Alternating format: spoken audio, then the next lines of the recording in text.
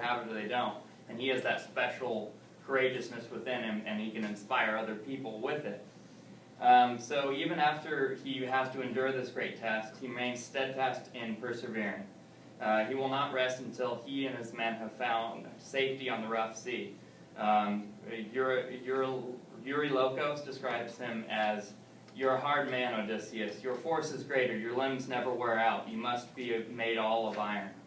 So this imagery of an iron man, it kind of truly sums up Odysseus. He's a man of holistic power, both mental and physical, and that's what he uses to kind of elude Poseidon's ultimate revenge the entire time. All right, so then also something that is just constantly present within the epic poem is Odysseus's determination to return to his homeland being Ithaca. Odysseus endures countless battles through the epic poem, outsmarting the enchantress Circe, losing all his men to cannibals and starvation, enduring the angry seas alone after leaving Calypso, all in a determination to see his homeland again.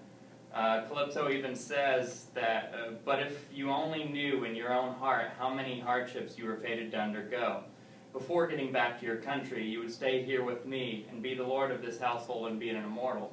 So she's saying, kind of criticizing him, why are you not just accepting that you're not supposed to get back there? Like, you've been journeying for almost up to a decade now. Why not just accept kind of this place of peace that he has with Calypso? But he won't. He wants to get back to his wife and to his son and to his Ithacan homeland that he loves so much, that he fought so valiantly for in Troy.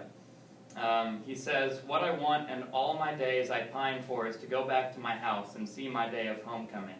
And if some god batters me far out on the wine-blue water, I will endure it, keeping a stubborn spirit inside me. For already I have suffered much and done much hard work on the waves and in the fighting, so let this adventure follow." So through it all, Odysseus maintains his resolve.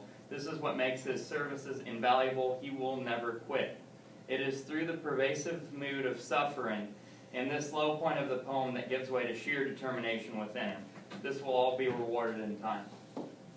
So after he finally gets back to Ithaca through all these trials, he finds his house is being inhabited by these suitors, these men who are trying to earn the hand of his wife Penelope.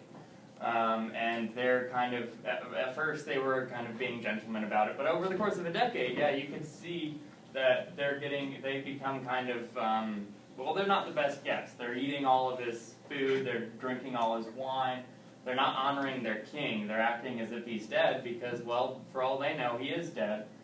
And Penelope is still holding on to hope, though, that he's still out there somewhere, that he's still going to return. So Odysseus says, "You dogs, you never thought I would any more come back from the land of Troy, and because of that you despoiled my household, and forcibly took my serving women to sleep beside you, and sought to win my wife while I was still alive, fearing neither the immortal gods who hold the wide heaven, nor any resentment sprung from men to be yours in the future. Now upon you all the terms of destruction are fastened. All that you have now and what you could add from elsewhere, even so, I would not stay my hands from the slaughter, until I had taken revenge for all the suitors' transgression. Now the choice has been set before you, either to fight me or run. If any of you can escape death and its spirits, but I think not one man will escape from sheer destruction." So we can only imagine the pain Odysseus must have felt in his 10 years longing for his Ithacan home. However, as we are feeling his rage, almost wanting to take up arms against the men who had defiled his home ourselves, luckily his wife has waited for him, and her patience will be rewarded, just as yours will be if you hire Odysseus. So he's the guy, he tears down walls. He gets it done. So if you have that pesky nation state that's always over across the Aegean, making your peninsula look like a bunch of fools, and dare I say it, scallywags, then let Odysseus tear down their walls for you.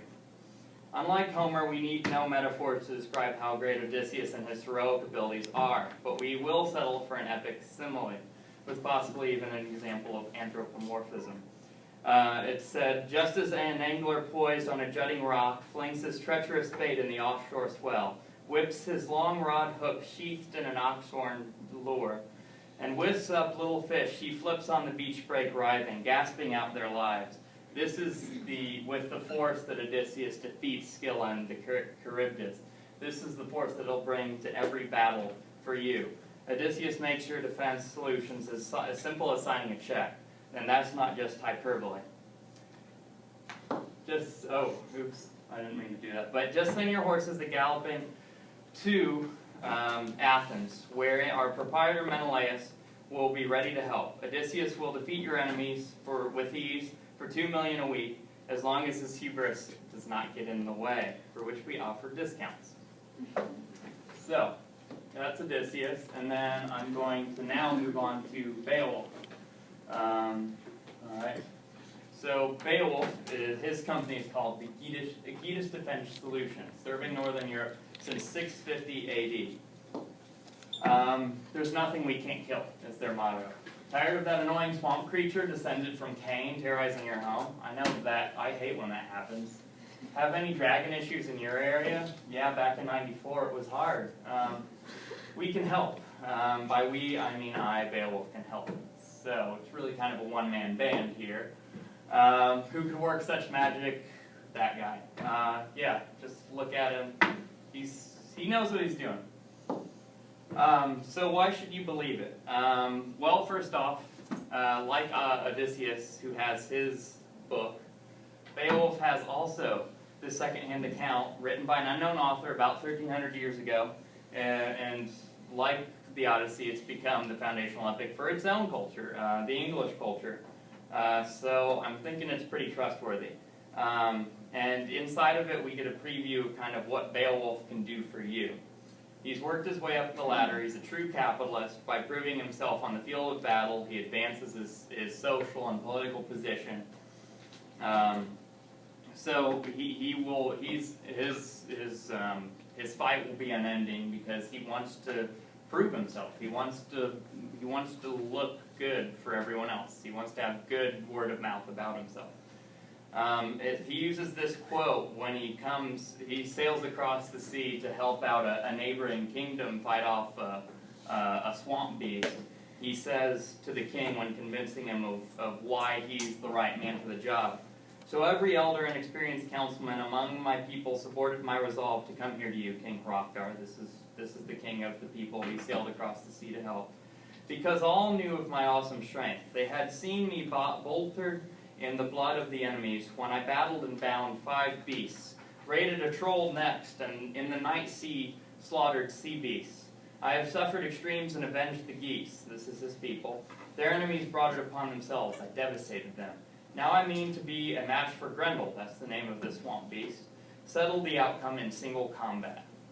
Just imagine this picture. That's a field between your land and some dastardly demonic creature that inhabits a nearby water feature. Maybe a reservoir, or whatever you people call it in this land of such fast cars and without horses. Anyway, I appreciate this elegiac tone and what it could do if applied to your battle. Pretty classy, right? So, this is the beast that he's traveled across the sea from his home of the Geats to help the Danes out. This is why Beowulf has traveled across the sea, to defeat this mighty beast, a member of Cain's clan, we're told in a biblical allusion, who terrorizes the mead hall of the Danes. He will wait for the beast to strike in the night, and will use no weapons, maybe a little cocky, but it works out. With his bare hands he will mortally wound Grendel. He says, "I had a fixed purpose when I put to sea. As I sat in the boat with my band of men, I meant to perform to the uttermost what your people wanted, or perish in the attempt in the fiend's clutches. And I shall fulfill that purpose, prove myself with a proud deed, or meet my death here in the mead hall." He's a man of his word, all right. When the time came for fighting, it is said that the monster wrenched and wrestled with him, but Beowulf was mindful of his mighty strength. The wondrous gifts of God had showered him. He relied for help on the Lord of all, on his care and favor. So he overcame the foe, brought down the hell brute. So remember how I mentioned he was cocky? It turns out it's kind of justified because after the fight we're told he gave all the thanks and credit to God. So what might have been boastful is really more kind of reverent, or at least that's how he's seeing it. It is with this trust in the Almighty for intervention that Beowulf will fight your battles. If you fight this, he's pretty much going to be powerless, or even be forced to turn on you. Work with this guy, he's pretty good. What I just said is actually an understatement, which is a literary device that the Old English writers quite liked, including the unknown guy who wrote Beowulf. So our next example of why Beowulf will fulfill whatever jobs you need done is his fight then with Grendel's mom. So it's not just one demonic swamp creature that he has to fight off. There's another one.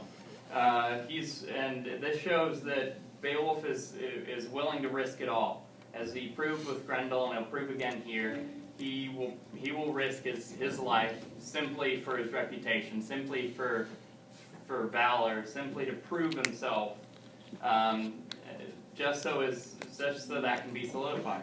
He will again face a mighty beast, one he had not been told about previously. He doesn't really have any any agreement that says that he has to do this. He wants to prove himself, and he wants to kind of free the Danes of this plague that's descended upon them, and it's all for honor. It's said that so the Scyldings' hero, hard pressed and enraged, took a firm hold of the hilt and swung.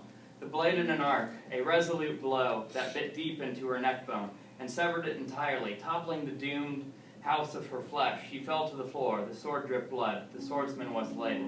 This is an account of Beowulf's fight against Grendel's mother, who, after Grendel is mortally wounded, comes back to the mead hall and kind of seeks revenge, killing some valued members of the Danish community.